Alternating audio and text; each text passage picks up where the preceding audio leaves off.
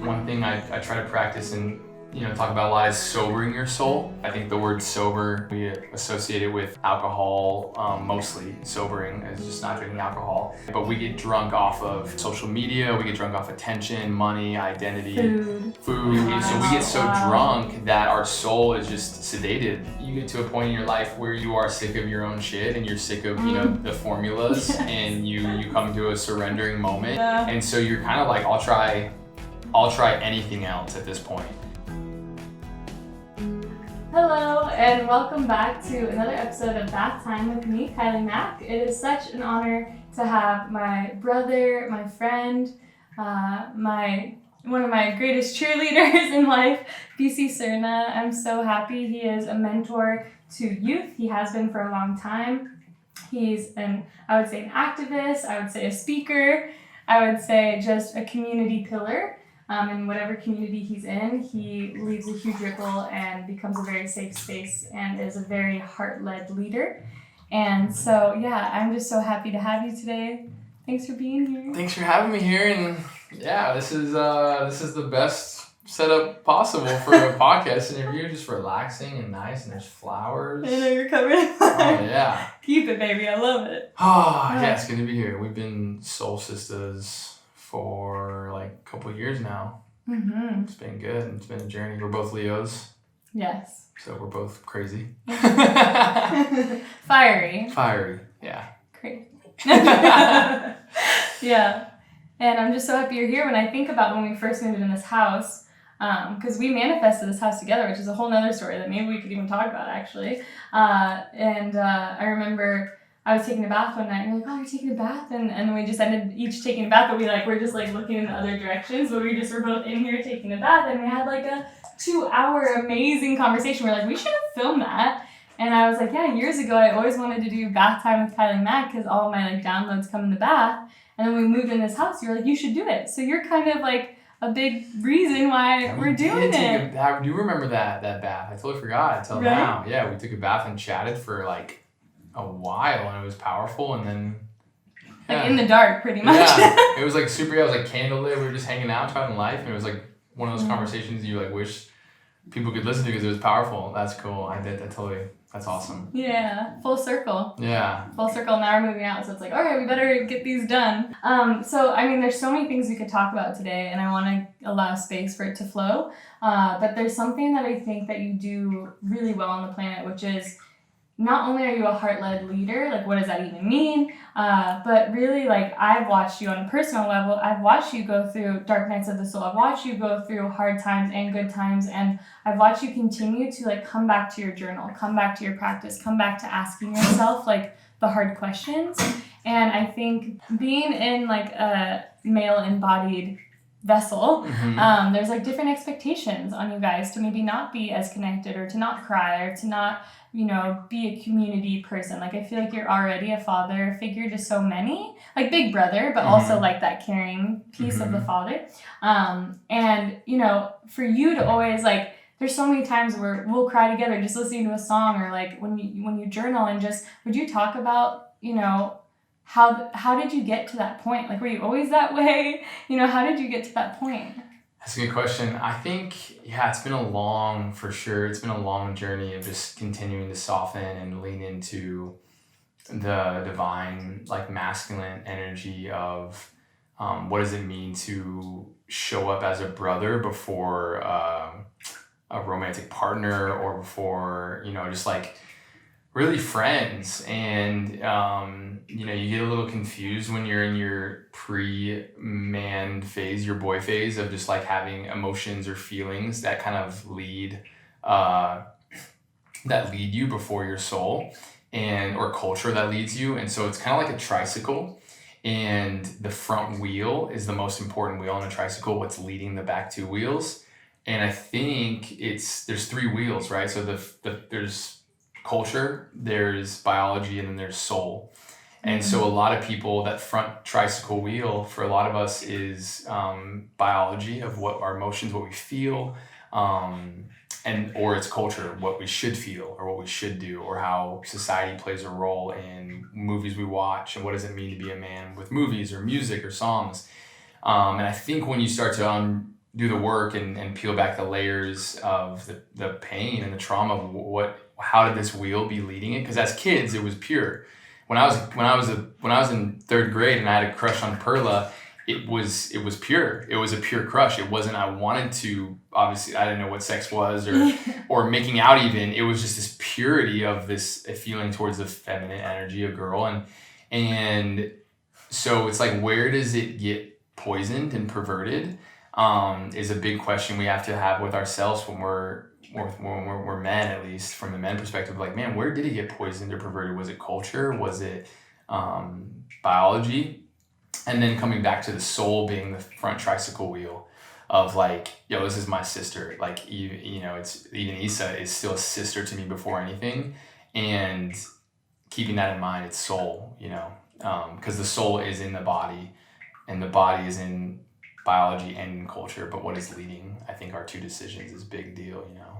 Totally. Yeah, I love that image of the tricycle, and it's a good reminder for all of us too, because I think, you know, as women, we feel like, okay, well, if we're starting to date someone, then we immediately accidentally become like wifey mode and we start doing things, and that there's been moments where I'm like, oh, why am I doing that? That's like the biology and the culture, and my soul is like, oh no, like relax, like make your own tea, and if they want some, you can ask them later, but not having to like start to like become this martyr or like sacrifice all your shit just for someone else, it's right? Culture, so it's culture and biology, because there's a piece too that goes, oof, it just like happens. And I'm really happy that you just said Issa's name, because I would love to talk a little bit about like watching your journey. You know, I remember when you first met Issa and you told me like, I met this girl, it was like June or something, or like July. And I was like, okay. And I've never really heard you like talk, like you've had little crushes or things, but it was like, I was like, whoa, this like the way you say her name feels different. I'm just witnessing being your sister, you know.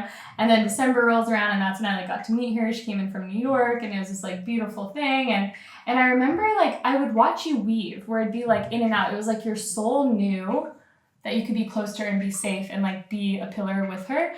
But then it was like culture, biology, or maybe just like within the culture and biology, the biology of like past pain or like past blockages around relationships, or wanting to open your heart in that way to someone in that way was like a huge block. And so I'd watch you kind of oscillate like in and out. And I've just been loving watching your journey, because on the other side of that, Issa and I became close. We ended up living at Mother Tree together. And there was nights where I would hold her crying. And there was nights where I'd hold you crying, you know? So I was like, what is happening? Like, I see both these souls. Their love is pure. Their souls know. But you're right. It is those back wheels. I love that you said that, of culture and biology, that kind of begins to like put up walls or expectations, or like, that's what freaking gets in the way. And I experienced that in my own relationships. And I think most of us do. What was the turning point for you of like, I see what my soul wants and like I need to do something. How do I shift that? Because I think a lot of people are stuck there and they don't know how to shake it. Yeah. And is it okay that we're talking about this? Yeah, of course. Yeah, I think you know, one thing I try to practice and, you know, talk about a lot is sobering your soul. Yeah. And so we know, obviously, I think the word sober, we associate it with alcohol, mostly sobering as just not drinking alcohol. But when you sober your soul, so alcohol, what it does to our body is it makes us drunk, right? But we get drunk off of social media, we get drunk off attention, money, identity, food, and so TV, so shopping, so we get so drunk that our soul is just sedated, and even with medication and anything that enables doesn't let us access our heart, anything like that. So to come back and see the three circles of, okay, this is my biology, this is what I've learned, this is what I feel as an emotion, and this is what I've learned, that when this is the front wheel, I've learned that this is the outcome. So it's a formula.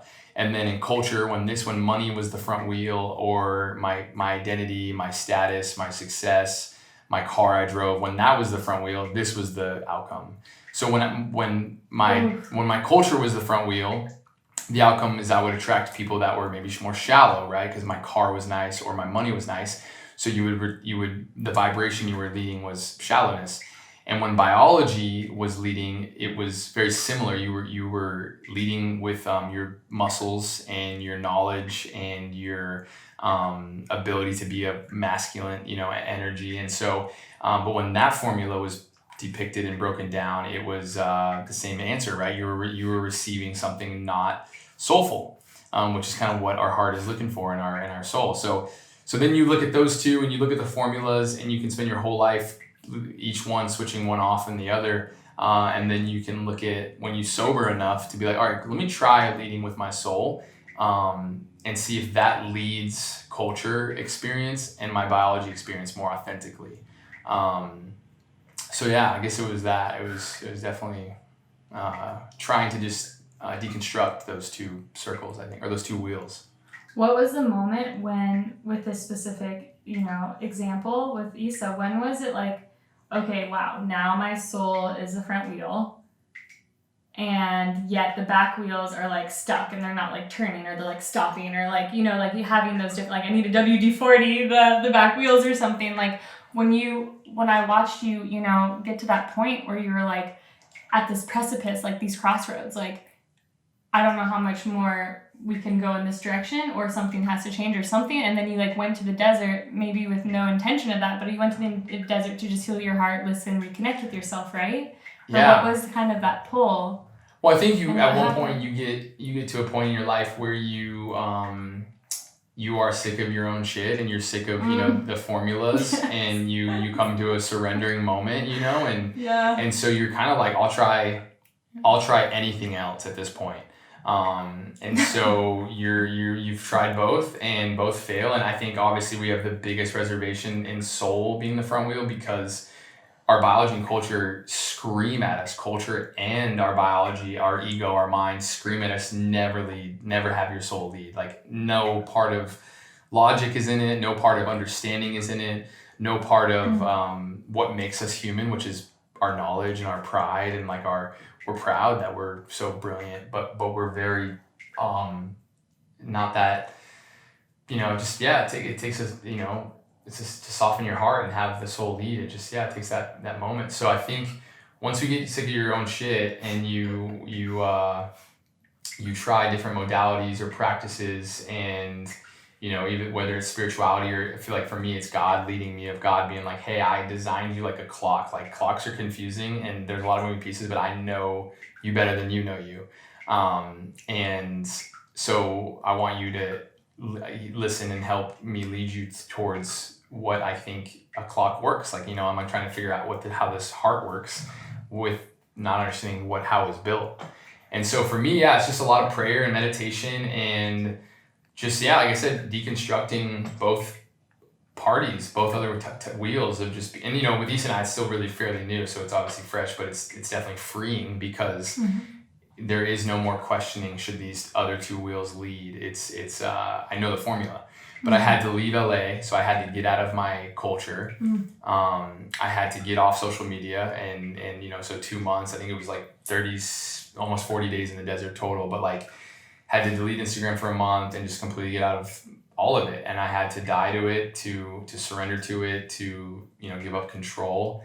And then it was just like ease. Yeah, it was just so fun and easy and like freeing. But then, those are two still very important wheels, culture and biology. They're super real. Yeah. So you're never leaving them, because you have to learn how to dance between all three. But you don't want them to lead. That's the most. Biology is very real. Culture is very real. So we're not going to just become a unicycle, right? Yeah. Because that does not end up well either. But it's just what is leading. And so, so that's been my journey, and not only romantically, but professionally and spiritually and everything like that. Friendship wise, relationships, it's just been freeing. Yeah. Totally. I've watched you do it again and again too. Yeah. It's like, I also see it as like you having a compass on the bike. And it's like when there's a different wheel, the compass will spin a different direction. And so when that one's like more like, oh, this is my true north. Of like, you can go any way, but like having. You're disassociated when there's a different wheel, for sure, because that's leading, right? And it's just like, you can't control your biology or your culture. So you have no control over where this compass is pointing. But your soul, you can have that meditation and prayer and that groundwork to be led and kind of control it. But culture and biology is like, are you kidding me? Like, it's crazy. At what point do you feel like, oh, they're covered in flowers? Hell yeah. At what point were you like, did you ever have that dialogue with yourself that you were like, I am no longer a boy.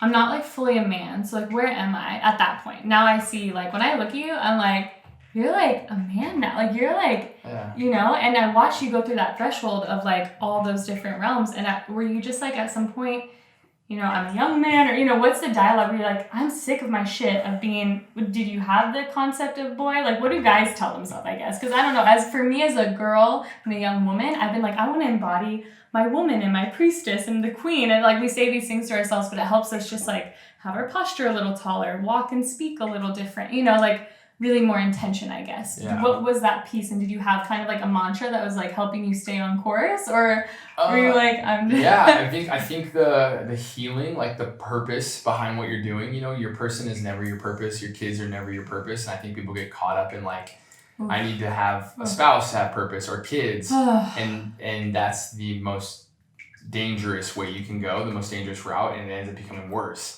But I think I always had my direction of purpose of helping people, whatever that looked like in any capacity, whether it was a couple high school kids from my town or the person that was serving my coffee, right? It's just your frequency that you live at is your purpose of just how you show up to every relationship and day-to-day life. And so for me, it was just always that, and working with high school girls for a decade and young 20-year-olds, and just one after the next of pain and tears and heartbreak and non-trust and non-hope in hearts.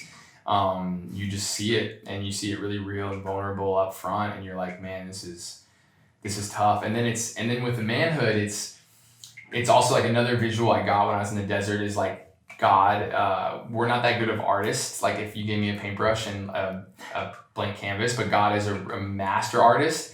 But sometimes we can give him like, maybe it's our finance brush or our identity brush or our romantic brush, but we are pretty hesitant on what brushes we give him because he can make a way better picture than I can make. Like I can try to find a girl that is perfect, but I could draw my perfect girl and he just kind of laughs and is like, that's cute. Let me try.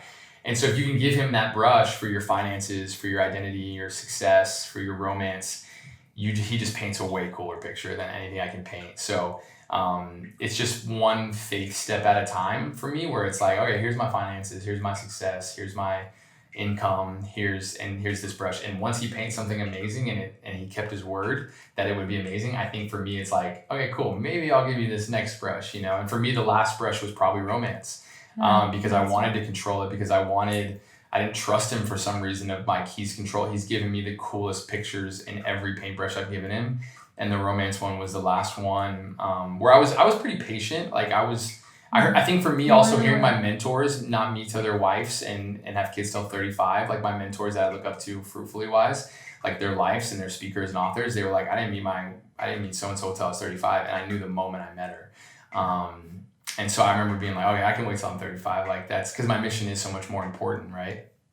So yeah, I think like little paintbrush theories kind of like helped me out. I love that. Yeah. I love that. And like, it probably starts with the little things, because it's not like you always had these paintbrushes or this concept to have that trust. So like, how did you even kind of come up with that concept, or like, you know, like start building that trust, you know? Yeah, I think it's just once you get sick of your own, you know, or once you get tired of carrying the weight of you know, finances or, you know, success, building your working way up the ladder, or trying so many different jobs, and you're just carrying this really heavy weight and trying to people please everyone and prove you're not only trying to people please everyone, you're trying to prove yourself to everyone, and you're trying to prove yourself to yourself.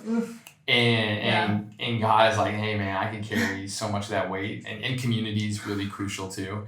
And so, just distributing the weight and finding that healing that the world, you know, put on you at a young age of perfectionism or grades in the school system, you know. And so we just have a lot of pressure and a lot of pain and so once you submit or surrender like certain pieces, you just slowly build faith. It's just like any relationship, a lot of trust and a lot of trial and error and a lot of grace, failure, you know. So yeah. Two things you just mentioned really stick out to me. One being community, which I definitely want to talk about.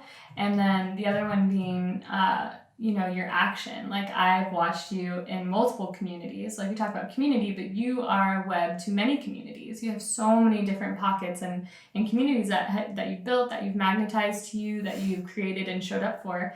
And you're one of the few people who I've just watched like relentlessly show up for people. And like you never ask for money, you're just like constantly giving, constantly like on the phone all day every day, constantly like having people over the house all day every day. Like you just have such a big open heart that you lead from that space. And I feel like, because I was gonna ask, is there a book or something that like kind of helped you, like Where the Superior Man, I think you were reading at one point, or like was there a book that you read that like jump started that? And then I was thinking, well, for him maybe it's not really the book, it's more like that lived action of like you've been writing the book of like how you show up for people, and that alone is creating that muscle memory for the action, not just the philosophy, right? Yeah, totally. I mean, I guess for me, I guess it has been a long journey, but it's all I've ever, I think, known, in the sense of like it's like all of life is just tasting fruit. And so you just taste what a nice car feels like, what you taste what a job promotion feels like, you taste what a lot of money feels like, and you get taste. All of them have taste, everything. Relationships, women, everything has a taste. And some people, like sugar, you're addicted to different tastes that maybe isn't the most beneficial. I think for me, being so bad at school and not that good at sports, where I love sports, that was like my thing for so long, and then school I just never. But the second I think I tasted just impact, like somewhat of a support in someone's life, with my dyslexia and ADD and like just so much like attention of just like energy, my fire of Leo, I tasted that, and then I was like, oh, this is what I've been missing. I never was good in sports or school. I mean, I was okay in sports, but I wasn't that good. And I was never good at school, but right when I did that, I was like, oh, wow, this is something I can be good at, because it's just, you just show up and you serve. So it's just been a long season of that, and I've learned how to equip it into a weaponized it, where it's your superhero, right? Where your superpower is love, and calling people and inviting them into certain places or experiences is sometimes all they need, and then the rest is like, you just, I don't know. So yeah, I guess like in a nutshell, that'd be it. Just people being over everything for me. Like, yeah. I've watched you give your last dollars so that someone could have a flight to go like see their, I don't remember what it was, like, and you don't even think about it. You're not doing it to tell anyone about it. You just do it. Yeah. And so I love, like, you've had a big impact on me in that way of like, where can I just soften and like show up more over and over and over again. I feel like I do in my own ways, but you really are pretty savage at it, at showing up for people and having that relentless love. And then after knowing your mom for some time, I definitely see where you get it. Like Vicky is definitely an angel embodied woman. Yeah, and you get it too when you have pain.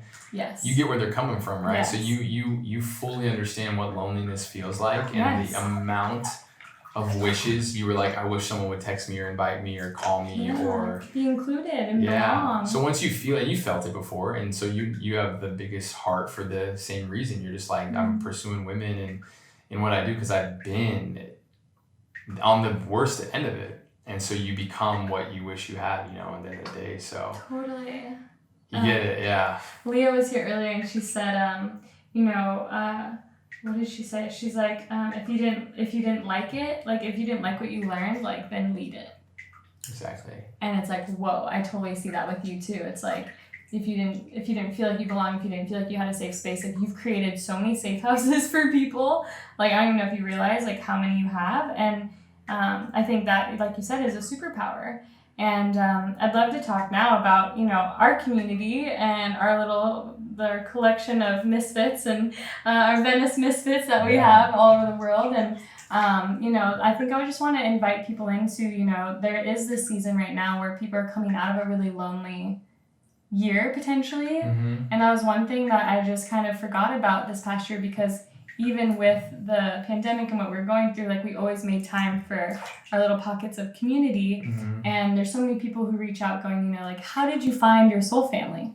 Yeah. And how did you find them? And because it wasn't like they always were here, right? And we have so many different ones, but did you ever have like a clear vision or like that prayer that you just kept like, no, I know my people are out there. I'm not giving up. Like, I love all people, and like there's something to feel like truly at home with that soul family. Yeah. I think the biggest, I think where you're going with that is working on yourself. I think a lot of the times we are looking for this dream community and stuff, but in reality we're not doing the work ourselves, so we can elevate to either find that community or create it. It's kind of like relationships, right? Like we want Prince or the princess and we want the perfect person, but are we elevating to like that level of what we are desiring? And so doing the work is the most crucial thing, where I realized that I tried to build communities and force them, and in a sense of like, I'm doing all the things to do the community. Why can't I find my people? I keep failing. Like people just don't vibration to it, and sometimes. And so I just kept doing the work and, reading certain books or, realizing certain traits or tendencies, and then realize this, like the secrets of, build it and they'll come. And so the right people that need to be there are going to be there. And it's for sure not about quantity. It's always about quality. And I think in a world of quantity, when money is ruler of all, everything's quantitative. So, you can feel so discouraged on sometimes changing one person's life, because you're like, well, there's more lives to be changed, right? When it's like, in reality, we got to celebrate the little wins. And, it's life is so much more of a dance than some sort of savior thing. It's so much more, it's just like, it's a circular dance. Interactive. Right? Yeah, it's very interactive. Yeah. Totally. Oh, I love that. Yeah. Yeah, and even just thinking about like this house, I remember like, I think it's a good metaphor for believing in that you can actually have something you can't even imagine yet. You're like, there's no way this could exist. Yeah. And then spirit, for me, I say spirit, but for me, spirit like completely provides and blows me out of the water, to the point where like, remember we're at your old house at Jungle Brooks, and you guys always had house meetings, and you never like invited people over for the house meetings. And for some reason, Fish invited me to come that night and write on the whiteboard, and we were like doing all these exercises. And then at some point I was like, okay, well, we were talking about a house, and like it was during the pandemic, we're all in these multiple houses, but can we there's got to be another house like the Oasis. The Oasis was this amazing house that a few of our friends lived at, and we'd always have events there. There was a warehouse and a koi pond with turtles and a hot tub and a teepee in Venice, like insane. And we're like, that's like, there's nothing else like the Oasis, but we kept writing. We went around to each person, remember? And I think Louis even had just gotten the 360 cam or something. I'm pretty sure we have it all filmed, which would be hilarious to look at. Yeah. But we went around and said what we would want in our like dream house and what we don't want. And things were like, by the beach, like the Oasis, but has like enough rooms, like 10 rooms, and, somewhere we can like surf and bike and be a community hub. And we're like, this place doesn't exist. And we're like, okay, we're just going to hold the frequency that it does. But like this place, we would have heard of it by now, right? And then I remember, I'll never forget, I literally felt, so we all kind of like joined, we're like, cool. And then BC just leads us in like this intention setting, this prayer. And I remember as you were talking, and often as you do sometimes when you pray, I literally felt this like golden energy. And I literally, this is corny and maybe it's just energy, but I swear like the ceiling opened up and I just felt like all this like lightness and golden energy. And I was just like, wow, like feeling all this, just like really praying like, okay, if this exists and you want us to do this or something better, whatever you said. And then 40 minutes later, Louis like scrolling on Zillow and sees that the Venice Beach House, which has been a B&B for 50 years, was potentially open for rent. But it was going to be like 40 grand or something, but we're like, whatever. And so a few of us hopped in the car and we came and drove that night. We're like, this place exists? And sure enough, it's a 9-bedroom, 7-bath place right on the ocean. And Faye, this is the first time she's done it, of course. Good girl. Hey, good girl. Pleasure, yeah. But to have that piece be like, wow, like, and what I want to talk about with this is like the community, the collective prayer versus like just your prayer. So like when you can find community, how it magnifies, and like being on your own, yes. And when you do find community that you can pray with or eat with or come together with, how things can happen a lot quicker than if you were just on your own. Yeah. Right? And we're such an individualized society that it's like, no, I swear there's magic in community. Yes, there's chaos. Yes, there's all kinds of everything. But at the end of the day, there are these like, I feel like I am always growing at the speed of light, you know? community definitely amplifies the frequency and the vibration, everything. I mean, even biblically in ancient wisdom, it says God says where two or more gather, I'm there. And so it is such a more intentional conversation, and just be careful what you tell your friends your dreams are, because they're gonna grab you and pull you up to them. And so I there's moments I've been nervous and I shared a dream and goal I had, and my friends were like, cool, let's do it tomorrow, and I'm like, what? And I'm not ready for it, so we need that kind of accountability, and it's so crucial to like share that and invite people into it, because we are a very island culture where our mind and our ego just tries to alienate us and island us and shame us to be like, don't invite people into your problems or your dreams, like, and so an island is lonely, and it's very dangerous. And so vulnerability and community and leading with that it's been more helpful for sure. Totally. I love that you said that, because I totally feel that. Like, I feel like when I've lived in community, I'm up-leveling like 2 to 10 times a day, just like with reflections or feedback or a thought or like a passing thing or something someone said. I'm like, doo-doo-doo-doo. And then the moments when I've like lived on my own, it's like I might have an up level like once a week because I like heard something. Or so it's like, if you're ready to dive in and up level at the speed of light, then jump in. Engaging. I mean, one of my words for 2019 was engage, and it's like the reason authors write books and people have things to talk about on stage and wisdom is because they engaged in community or life or failing an entrepreneur idea. Like, when you engage with people and in starting ideas or companies, you have context to talk about things. And so every person who's ever wrote a book is because they were engaging in tough shit, and they took a leap of faith in those challenges, and that created a story to tell. Yeah. And if you can engage with people in life and in different ways, engage is a powerful word for sure. I really like that, because to me it feels like awakened, activated, present. Like, when you're engaging, you're all those things. You're showing up, right? Yeah. So a lot of people go, and you're present. You're not just showing up and being like sleeping in the back. You're engaged. Because you try to quantify it in your head of like, we could go feed 50 homeless people, but what does that do? But you don't know that engaging and just showing up, you're meeting people and you're stirring the waters of life. You're not, you're not placid water. You're not like lukewarm. You're like moving. Yeah. And so, I love that. The ever flowing like river of life that you can just like tap into movement. Yeah. Totally. There's something you once said to me that always stood out, and I would love to just have it captured here. And you said, I don't know what we were talking about. It was when you were in the garage. In the other garage at Jungle Brooks. And you said one of the most important roles you can have is to be a good parent. Or something, I'm butchering it. But like, you're like, the most important thing on the planet is like good parents. Whether you are a biological parent or you're taking on that role.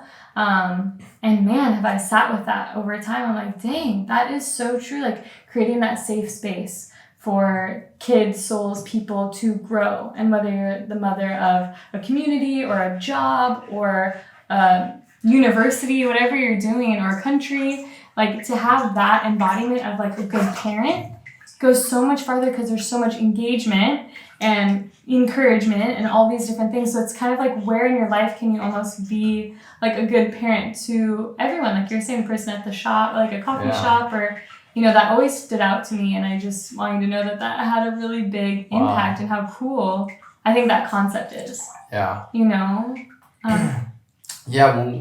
not everyone wants to become a parent or can become a parent, so but the context I think sometimes parents, you definitely don't want to chase your purpose being the kids, but if you are in a season where you are parenting, just showing up in a unique, fully healed way, or walking through healing, because a lot of the work we do in community building or working with people is healing their inner kid, right? So just encouraging parents, but also when you enter the spiritual realm of being a parent, you learn what reckless love looks like stupid love, like illogical stupid love, to where you're going to throw your 3 or 4-year-old kid a birthday party that they will never remember, and you're going to spend hundreds of dollars on it, maybe thousands. You're you're going to buy the cake, you're going to buy the jumping castle, you're going to buy the decorations. They're like 3 or 4 years old. They're never going to remember that entire life. But you didn't do it so they would remember it or praise you, because they won't even praise how much, they don't know how much it is. The reason you did it is because you love them so recklessly much. And so that kind of love is so reckless and illogical and conflicting to the mind and to culture, because no one would ever do that. No one would ever, that doesn't make any sense. But if you can enter that spiritual realm before becoming a parent, hopefully, you can enter a realm of stupid, reckless love of the reason why do you celebrate people in unique ways, or like of how big of a deal a birthday is, or how big of a deal a new job is, or how big of a deal your just existence is. Because that 3-year-old kid hasn't done anything to impress us, and yet we're going to throw them $1,000 party and they're never going to remember it, right? But why, what is that part of our brain and our heart that's activated that doesn't care how much it costs, or that they'll remember it, or that they'll ever praise us for it, or that they'll ever transactional back to us, right? We're not even going to get anything back. We're literally doing it from an abundance place of like, this 3-year-old doesn't even know how much I make or how much I'm worth, or they don't give a shit who I am. They're my mom and dad. But yeah, it's like, but where does that come from? I think it's a unique realm to enter before hopefully parenting. That was such a cool reflection. I just, I definitely am a relentless lover, mother, energy, sister. Like, even for Evan's birthday, the young man that that I love, his birthday, I remember I spent like a few $100, got the cake, got all these people, got music come, invited all the people, and I literally don't even think, it's not that he didn't say thank you, I think it was just like crazy night and everything, but I remember being like, oh, like, I don't even know if I got acknowledged for like doing all this, but like, he cried when we were doing the love circle for him. Like, I know how much of an impact it meant to him. And it almost was like that moment flickering of like, wow, I love you so much as like a parent almost, as a sister, as a brother, as soul brother, all the things that I don't care.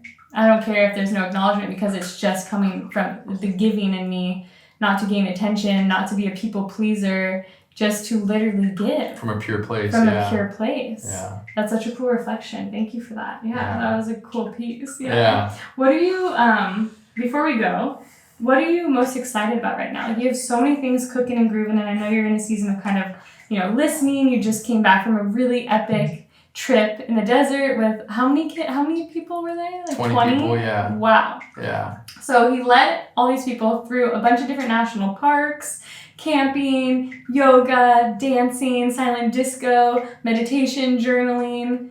I can only imagine what transpired.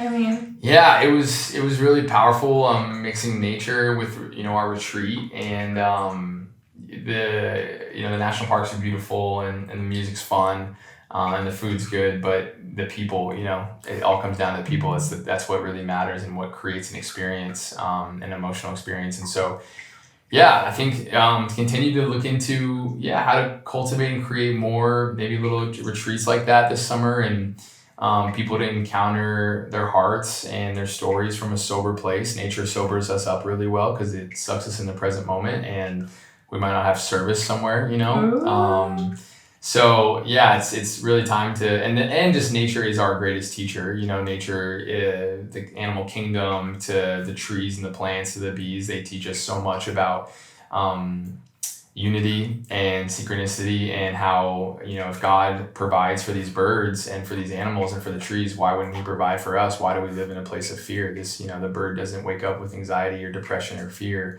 It just knows God's going to provide. Wakes up with faith. And so how do we tap into nature in the present moment? And just obviously scientifically, the frequency of earth is earthing and grounding. It's like, it is what our bodies need. And so that's from a scientific perspective. You can go down that road all day too. I love so that. How much you need, ocean or anything.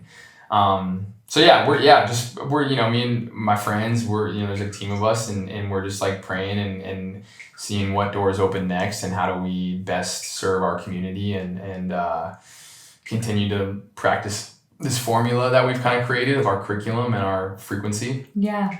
It mixes play and dance with deep heart work, because they're the same. Yeah. And so I think people get confused, but they heal each other and they work with each other. So yeah. Yeah, it's awesome. I've also watched you do many mentorship programs that are like 7 to 8 weeks long or 6 to 8 weeks long, something like that. Yeah. And just the people's stories coming out of it. Like, you've really done a huge service to a lot of the youth. And I really thank you. Like, I don't know if I ever get to tell you that because we're just friends and we live together. Thanks. And, like, I don't always just get to be like, oh, I appreciate you. But I really do. And I see you fully. So thank you for continuing to do the work, because it's not easy and it's not always what everyone's doing. And I've watched you go over and over through humility and through learning and through like not always getting it right and then getting it right and getting it right and then not getting it right and learning and readjusting. And it's just like, it's so inspiring that, at least in my own reflection, like, wow, I have friends who are really dedicated to this path of their soul's journey, of their purpose. And that's something I think you do really well. And something that Claire said is that, sometimes your gifts are so much your gifts that you don't even realize it's your purpose, or you don't even know it's a gift, or you don't know it's your purpose. And we're all out there searching for what's my purpose. It's like, I love what you said in the beginning of just your purpose is just those in-between moments, how you treat people, how you speak about people, how you act in those in-between moments. Yeah. And I think that's such a cool invitation for people anywhere to just like take the pressure off, take the weight off, and just allow yourself to just be like, wow, what if I'm already living my purpose just by who I am versus what I'm doing or what car I drive or these things. Exactly. I think the moment you realize, and this is part of our program, the secret message at the end that sometimes we start at the beginning just because we're not trying to bullshit anyone, it's not about you. And the second you realize that it's not about you, this huge weight comes off your shoulders, this huge fogginess on your lens, distortion of life is cleared, and you just go, oh wow, this isn't about me. This isn't, and in doing so, worrying about others, then you have community to worry about. It's like I can try to work on my shit the rest of my life by myself on an island, but if I'm helping 5 people on their shit, then I have 5 people helping me with mine. And so we're distributing the weight of life, and we're doing it. It's so much easier. It's more vulnerable. It's scary. It's more, it's very vulnerable to distribute the weight of your fears or your shame or your past. But it is way lighter, and it is way more fun. It's harder, but it's way more fun. Totally. Yeah. More hands definitely make for lighter, more fun work. Yeah. Than just like digging in our trenches all day by ourselves. So. Totally. Yeah. Oh, thank you so much. I love you so much. I'm so inspired by you. I'm so thankful you're doing this. Chelsea's amazing, and Chelsea. you and Issa have the same frequency of you guys serve recklessly and relentlessly, almost to a point where it's like sometimes you guys get burnt, on your love, and that like stuff breaks my heart where it's, I don't want, but you guys keep doing it, and you guys just keep showing up in like this crazy way of just like, it's almost like you guys don't even process you guys being burnt, like you and Issa are just like, and it takes me to be like, yo, like, let's switch adjustments with who you're working with or whatever it is, that is being burnt about. I'm just like, you guys are just so pure in your present moment and divine, and you're like, it's like you have the best intent. Like, Kiley